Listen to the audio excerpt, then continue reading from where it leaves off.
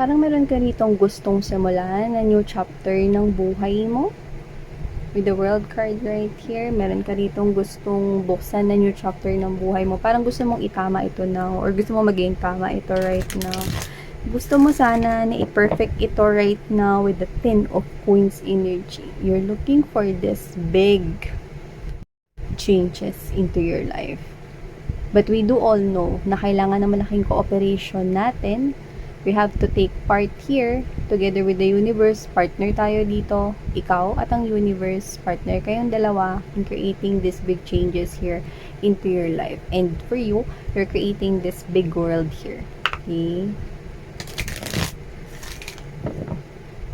But looks like something here is hindi mo nakikita or hindi mo nalalaman. Okay? Meron ditong isang tumatakip rito, no? Or pwedeng meron dito na clouds na tumatakip dito sa deep knowing na dapat mong malaman about this thing that you're creating. You want this, but looks like kulang ang kaalaman mo about that. You want to manifest here the big world that you want to have. See? It's the 10 of coins. So, ibig sabihin, almost perfect or perfect talaga yung gusto mong mangyari dito no, sa new chapter of your life. It's possible. You can have that. But look at that. There's something here na maaring hindi mo naiintindihan. And maybe it has something to do with deep knowing.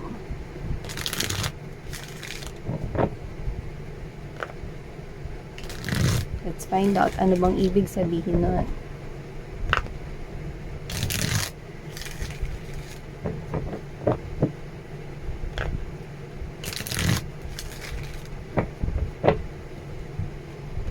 Oh, wish fulfillment. Look at that. Nine of Cups energy.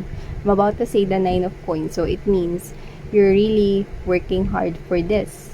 Okay? You want this to be stable into your life. Or maybe ito yung gusto mo rito no, na makuha sa buhay mo. At lumalabas ito bilang 9 of Cups energy. So, it's wish fulfillment for you. Pero may parang hindi ka niintindihan about something. Baka yun ay blockage or wall na pumapagitna sa'yo at sa iyong wish. So, tingnan natin.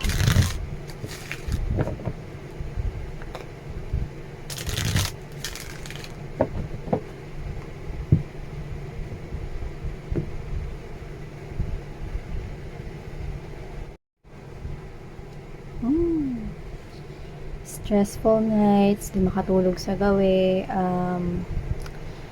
alam mo yung feeling na parang, ano ba to? Ba't ganito? Ang hirap naman ng itong bagay na to. Parang may mahirap na sitwasyon dito na parang, ano ba to? Bakit parang mukhang madali pero bakit ganun? Parang ang tagal naman yan. No, halo-halo ni nararamdaman dito pagkainip, frustration, no? Parang, meron ka ditong bagay na gustong mangyari, gusto mo ngayon na, parang gano'n. No? So, nakikita ko dito na stress ka, na de-depress ka, no? To the point na parang hopeless ka na rin.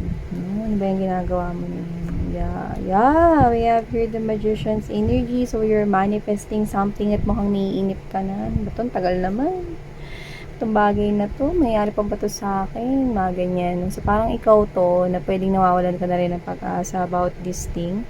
Or pwedeng ikaw to, no, na hindi mo alam kung mangyayari pa ba yan. So, yan. Nag-self-doubt ka halo-halo na, pero kung mapapansin mo, lahat ng mga pinagbabanggit ko ay negatibong mga pakiramdam at pag-iisip. So, inikita ko dito. Okay. Tower is right here. Oh. Yeah.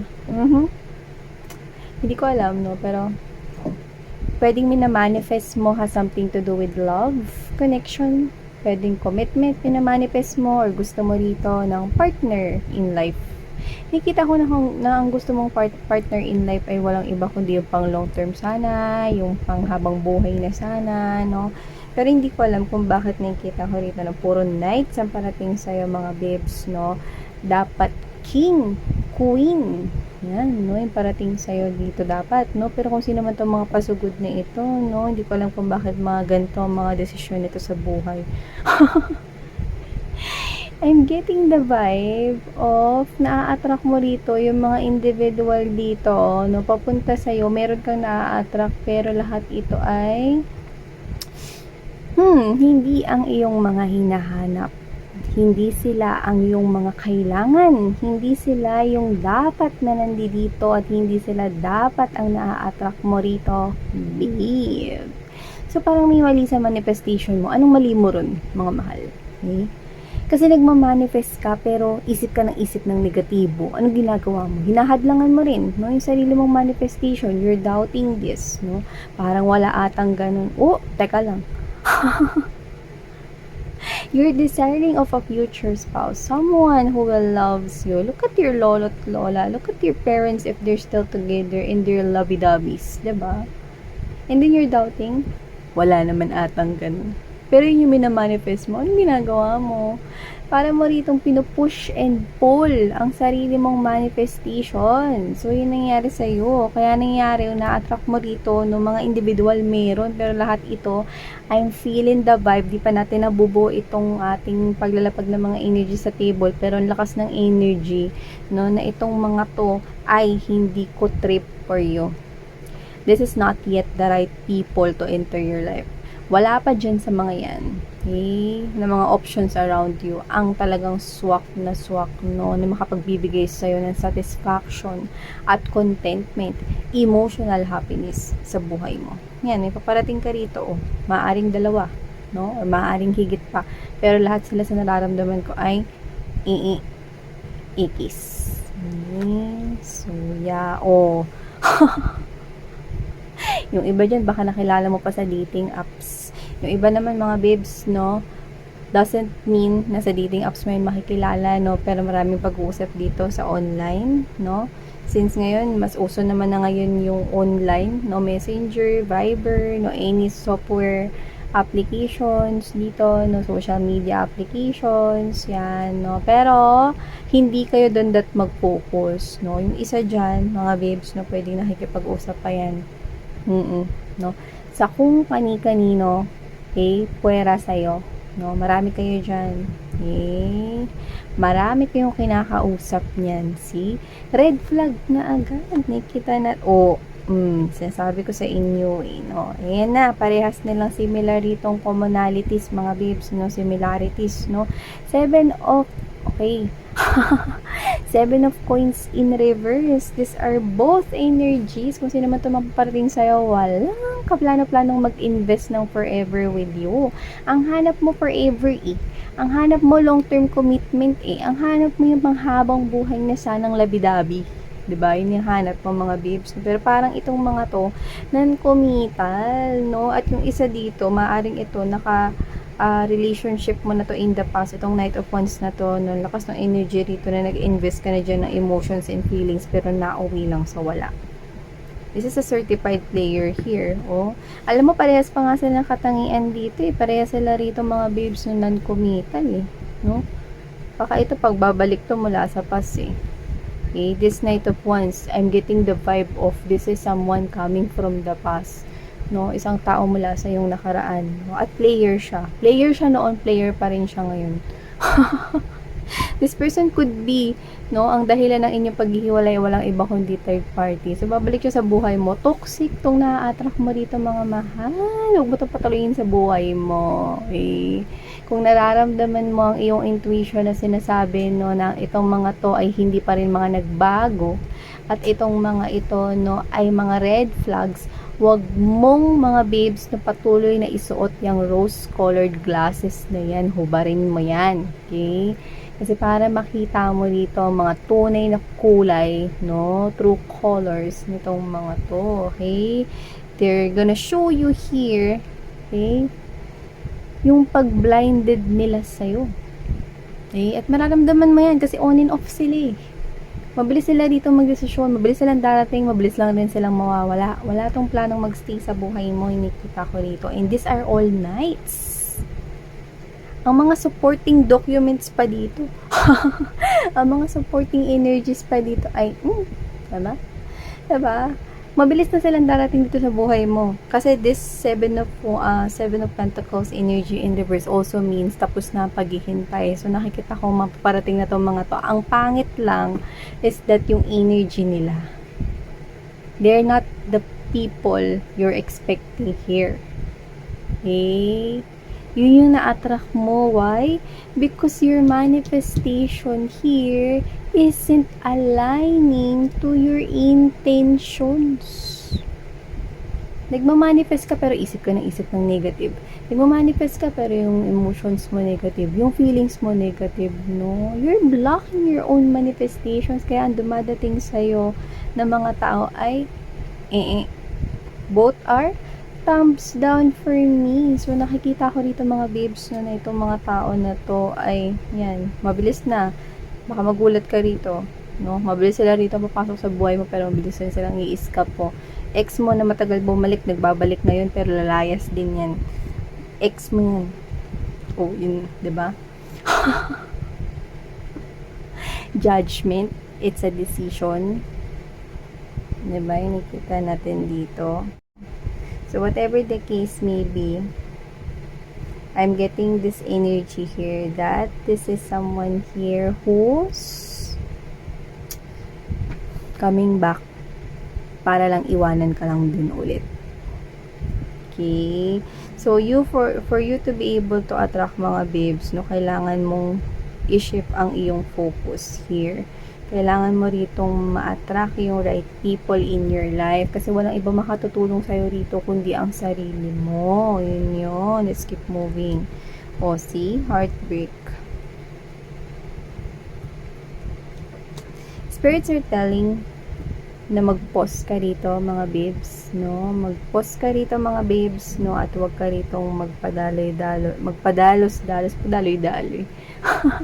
Magpadalos-dalos, no, in jumping into this kind of relationship with anyone na i-enter sa life mo. Okay? You have also here the 8 of Coins and yeah. See? Now we're waiting for this one. This is what we're waiting. The Emperor. Higher than the King and the Queens. We've got the Emperor. Yan yung bagong taong nararapat para sa'yo. Okay, so bago natin, no, mas palalimin pa itong reading ninyo. Reminders na hindi ito for everybody. So, just pick up the messages you think are for you. At kung feel mo na ang reading na ito ay para sa'yo, then this reading might be para sa'yo. Yan. My name is yan, mga babes. No? Welcome sa mga new subscribers. Welcome kayo dito sa community namin. At sa ating mga returning subscribers, thank you so much sa inyong support. At walang sawang, walang patid na pagpabalik-balik details. So, yan mga babes, no? Wala tayong gender dito at timeless din po ito. Pero nakikita ko rito that you're manifesting here your one true love. Pero it ended up na yung mga dumadating sa yung life ay mga mga hindi dapat napapasukin sa buhay mo. Dito pa yung ex mo, no? Judgment, sabi na sa inyo, ex nyo yun. Kaya kung sino man tong mga energies nito, nakikita ko rito mga babes, no, that these are the people here that isn't worthy for you. They do not deserve you here, no. Pero kasi sila yung na-attract mo because why? This is you na sinasalag mo yung sarili mo ritong wish, sarili mong dream, sarili mong manifestations. Paano mo sinasalag yun? Kasi, nag-iisip ka ng negatibo. Iniisip mo rito, no, na baka wala naman talagang ganun. Yan. Wala talagang magiging ganun kung ganyan yung mindset mo. Yung maa-attract mo rito is yung wala talagang ganun. Which is yun ngayon pumapasok sa buhay mo. Which is ayaw natin yan. Kaya nga natin inaayos for you, diba? Kasi I can see you here being broken-hearted na naman. Getting in this broken-heartedness here. Getting into this heartache na naman. Ayaw mo na yan, diba? So, nakita ko rito na kinakailangan mo rito i-shift ang focus mo at huwag ka nang mag-isip ng negatibo. Mind is our number one na kalaban dito. Pero pagka nakontrol mo yung isip mo, ay sinasabi ko sa'yo, lahat ng mga bagay na naiisip mo ay para na lang effortlessly pumapasok basta-basta sa buhay mo. Ganun lang yun, mga babes, no? Only if you master to discipline and control your mind. I know it takes time, but you should start now. Diba? If you want this true love to come enter into your, look at that, you have the emperor in there, no? Naghihintay na lang sa inyo, mga babes, no? Naghihintay na lang. Your spirits and angel guides are telling you to, don't focus on the options right here coming into your life right now. Reject them all. Focus on your healing, because we're gonna send you the emperor or the empress here. At ang gender dito, but the universe wants to give you the emperor here. Okay? Gusto nilang ibigay sa iyo rito, no? Yung higit pa rito sa mga ito. Nako. Lahat ng mga yan ay mabilis at patok sa buhay mo, at mabilis lang rin yan magsisilayasan dito. Yan ang mga klase ng energies rito, no? Nung bilis magdesisyon rito na, sige, ipupurso ko to sa collective, pero mabilis rin sila, no? Maboboring at aalis lang din ulit sa buhay mo. Hindi sila pang long term. Ito yung mga klase ng energies na all over the place, kalat yung energy nila, mga walang plano sa buhay. Yan yung nakikita ko rito, no? Wala yan seryoso rito, kasi ang dami nga niya kinakausap, no, sa online world. Maybe yung iba dyan is pwedeng kaedad mo, pero yung isip, no, parang gatuldok. Kaya kanina pa lang, sobrang lakas ng energy, no, parang natodo ko na yung lait sa kanila. It is because the energy is so high frequency here that you can already tell what type of people are this, no, entering your life. Yun.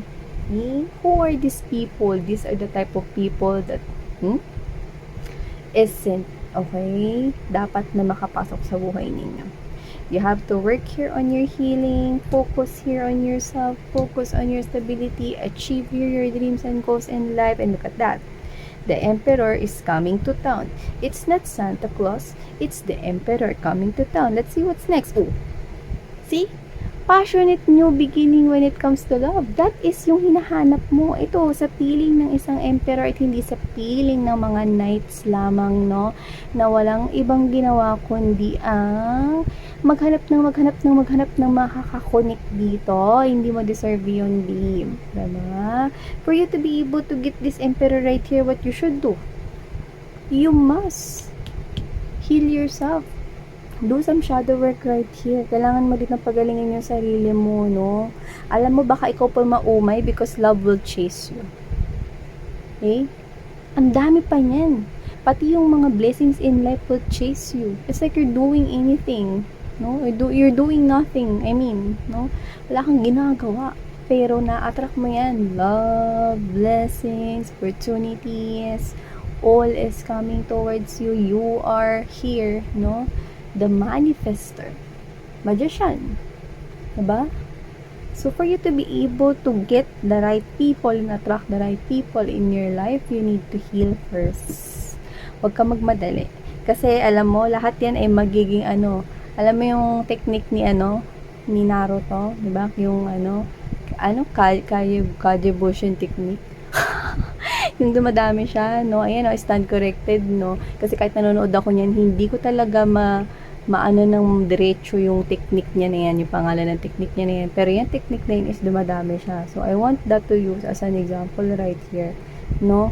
Na, marereplicate lang dito, no? Ang kasing ugali, iba-iba ng pangalan at iba-iba ng itsura, pero para rito mga kakambal tuko ng ex mo. Ugali ng ex mo at lahat yan ay replika ng mga ex mo.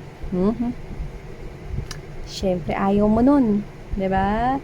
Gusto natin yung emperor para sa iyo, no? Nakikita natin dito someone who's stable talaga, no? Someone dito, no, na talagang meron ditong isip na pagse-settle down, family with you, creating stability with you, growing old with you, spending his or her lifetime with you, yung mga bagay na gusto mo, emperor makapagbibigay niyan. At hindi itong mga to, no, na ayan na nga sila, oh. Nakita mo ba lahat sila paharap dito sa'yo? Ayun, no?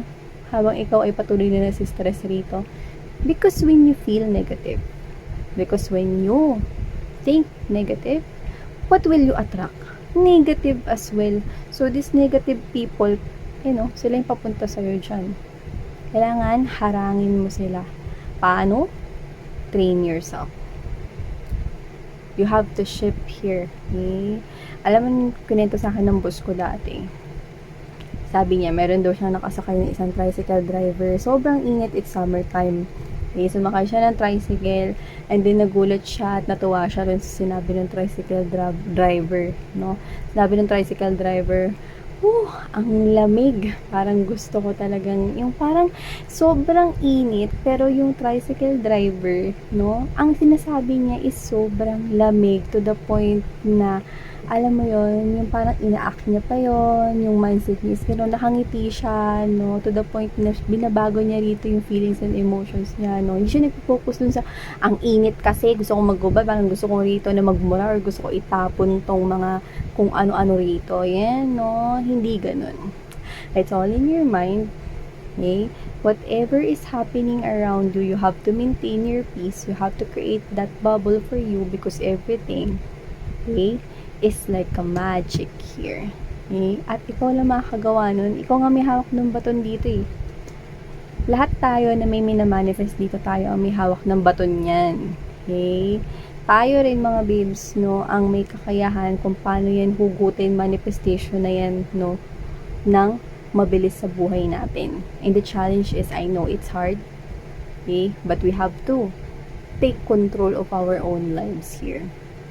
Okay? Na-memorize nga natin yung lupang hinirang tsaka yung panatang makabayan. Umiiyak pa nga tayo dati, di ba? Pinamemorize natin yung A, B, C, D, E, F, G. Pati yung multiplication table. Umiiyak ka pa, pero ngayon sisiw na lang sa'yo. Di ba? So, ibig sabihin, practice makes perfect. Okay? Hatakin mo yung emperor sa buhay mo, may babes. No? Hatakin mo yung emperor sa buhay mo. I can see it. No? Lahat ng gusto mo rito is parang just a snap of a finger na lang sa'yo in the future. Okay? So, spirits and angels are telling you, okay, to focus here on your healing. Okay? And focus here on your mindset. Shift from negative to positive. So, thank you so much. Sana ngayong love and light. Annyeong.